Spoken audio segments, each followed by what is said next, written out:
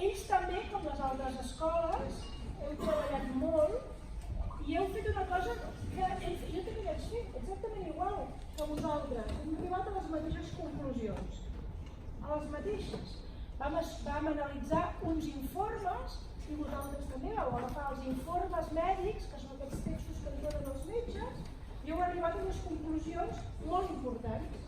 Tan importants com que aquestes mateixes conclusions a les que heu arribat i que les heu sintetitzat molt bé, i a mi m'agradaria tenir un dossier d'aquests que heu fet, doncs l'altre dia les vaig explicar als estudiants de Medicina, perquè està bé que nosaltres ho sabem, però això s'ha de canalitzar d'alguna manera. Ha d'arribar a les persones que fan aquests informes o faran aquests informes.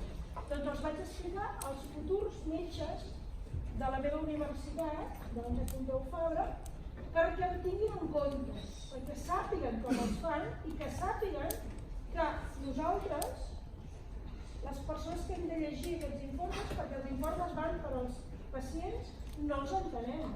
I això ens posa molt nerviosos. I vosaltres també ho heu comprovat i heu arribat a unes conclusions molt interessants. També heu fet una cosa molt interessant, heu fet enquestes, com a les altres escoles que també n'han fet enquestes, i heu fet una cosa interessant, diferent que les altres escoles, que és que heu fet enquestes per col·lectius diferencials. Què vol dir?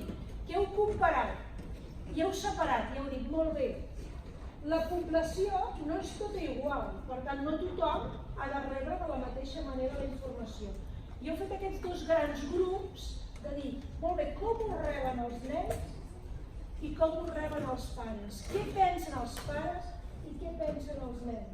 Perquè això és molt important tenir aquestes dades, perquè a vegades heu vist, com en alguna pregunta, pares i nens pensaven totalment diferent. I això és important per poder després actuar. I després heu acabat fent una cosa positiva, és a dir, una cosa proactiva.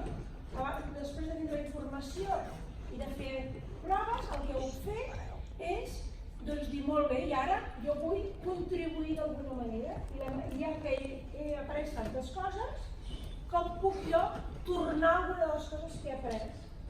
I una manera que tenim fàcil, ja que us heu destinat als nens i nenes, és a dir, molt bé, els nens i les nenes ens agraden molt, o ens hauria d'agradar molt llegir contes. Per tant, a través d'un conte és possible que ens sentim millor parlant de les malalties rares, perquè se n'ha de parlar, no els hem d'amagar, els hem de parlar, i una manera de parlar-ne és a través d'un conte. I fer un conte no és fàcil, i heu hagut de tots fer aquella feina de cadascú sap fer millor, si heu de deixar, si heu pensar. El títol m'ha agradat molt, el títol que heu pensat, perquè a més, el títol juga amb el llenguatge, juga amb les paraules, i és molt important aquesta diferència que tenim en català del ser i l'estar. Una cosa és ser i l'altra és estar, tenir.